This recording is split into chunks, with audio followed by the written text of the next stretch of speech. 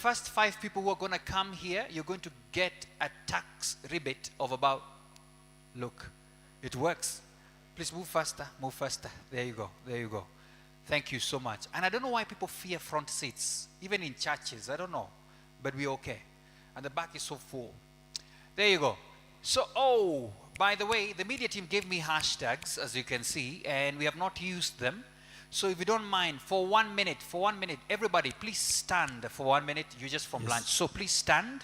Please stand. Thank you. Some people are standing wondering what's happening because we're not listening. Around for the person who probably is a person you feel they were concentrating, they look smart, they look super good, and give them a smile and tell them I'm about to take a selfie with you. There you go. There you go.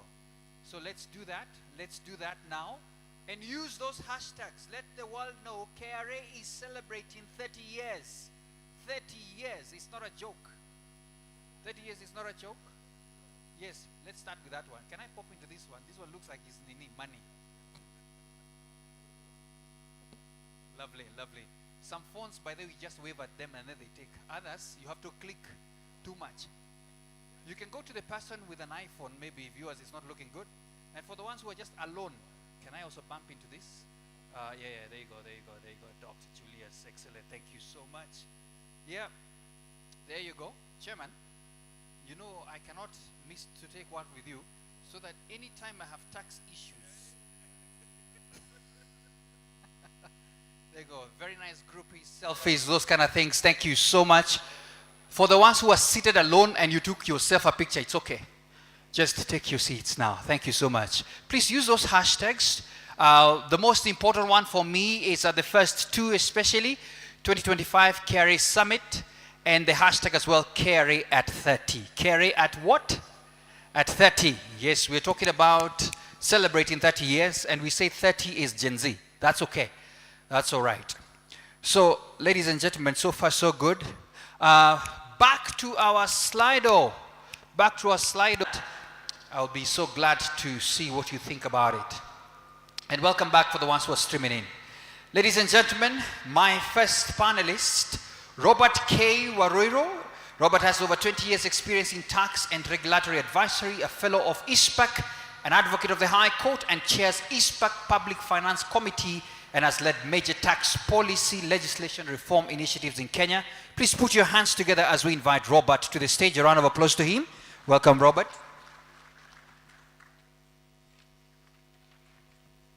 Welcome. Next we have an amazing man who I really respect in the world of business. Please put your hands together as I invite the chairman of KEPSA and KEPROBA, vice chairman of EABC and managing director of Bedi Investments, decorated by President Kibaki Kenyatta, and has led major industry bodies, champion textile, ESE, COMESA, AFCFTA, global markets. Put your hands together for Mr. Bedi. A round of applause to him. Welcome, sir. Feel free to sit anywhere you like. Thank you so much. And karibu sana. Next, we have Moses Nderitu, who is the managing director, Kenya at Basigo. And he's going to be joining us right here. A leading advocate for electric mobility with 20 years in transport. And he has pioneered the introduction of e-bus technology in Kenya. Advanced sustainability mobility policies and champion partnerships driving zero emission public transport solutions across Kenya and East Africa. Makofi tafadhali tu bwana Moses Nderitu. Welcome, Moses, to the stage. Joining us as well, virtually as well, will be Claudia Vargas, and is the head of Tax Administration and VAT Division at the OECD Center for Tax Policy and Administration, formerly with Colombia's DIAN. And she has over 20 years experience in international and domestic tax law, a lawyer by training, and she holds advanced degrees in Universidad de los Andes and Leiden University. She'll be joining us shortly after we get our first keynote. Thank you so much. Please put your hands together for her as well. She's right there and ready. Thank you so much. Also joining in is Philip Mwema, Managing Partner at Anderson, Kenya, and Regional Head for East Africa, with over 27 years of tax and business advisory experience. And he advises diverse clients and engages with policymakers on tax reforms, recognized as an industry leader, and also admitted at ISPA College of Fellow in 2016. Welcome, sir. Good to see you. And finally, a gentleman that I respect as well, Julius Kipngetich, the Group CEO of Jubilee Holdings Limited, a public listed insurance company, and also serves as chairman of the Northern Rangelands Trust, and also a board member of Ghetto Classics. And his previous leadership roles include CEO of Wildlife Service and CEO of Equity Bank. A round of applause to Daktari as he comes. Welcome, Daktari. Karibu sana. I don't know why they left the center seat for you, but probably it has a message. There you go.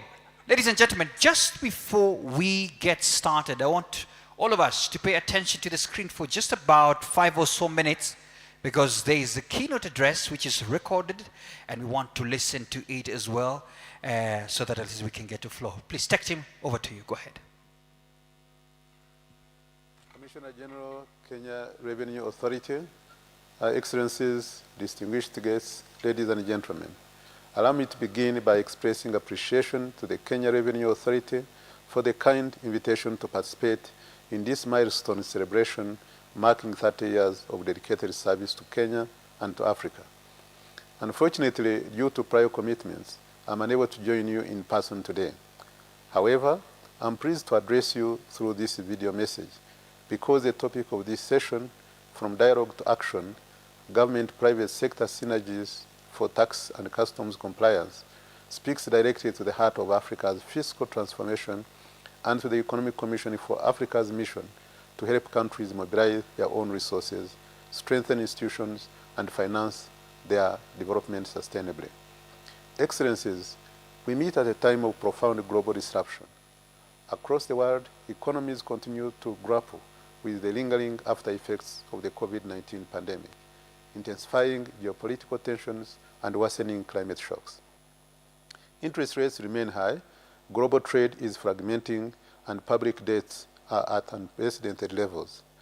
And Africa feels these headwinds most acutely. The continent's public debt reached around 1.8 trillion US dollars in 2024, about 66.7% of GDP. External debt service alone approached 90 billion US dollars, diverting scarce resources from education, health, and infrastructure.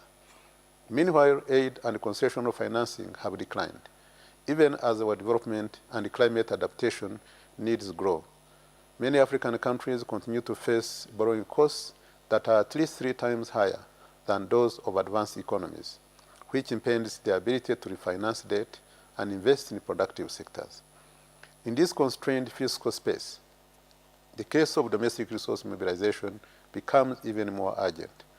We must look inward to our own capacities, technologies, and institutions if we are to finance our development. But at the same time, Excellencies, we are witnessing a digital revolution that is reshaping every sector, from finance and manufacturing to agriculture and governance. Artificial intelligence, blockchain, and data analytics are redefining how economies are organized, how goods move, and crucially, how they are taxed and governed. In this rapidly changing context, it is those countries that digitize faster and govern smarter that will be best placed to mobilize resources, attract investment, and sustain inclusive growth. But technology also exposes divides, deep divides. While about 86% of Africans live within mobile broadband coverage, only 38% use the internet regularly, mainly due to cost and limited skills. This raises a fundamental question. How can Africa harness the power of digital transformation to build tax systems that are efficient, transparent, and trusted by both citizens and businesses alike? Excellencies, the urgency becomes even clearer when we consider that Africa's average tax to GDP ratio is about 16%, barely half the OECD. For too long, the relationship between tax authorities and businesses has been defined by enforcement rather than partnership. defined by enforcement rather than partnership. But when dialogue evolves to build trust and shared responsibility, such engagement enhances to build trust and shared responsibility. Such engagement enhances predictability, encourages compliance, and promotes innovation. Governments should also establish to participate fully in Africa's digital economy.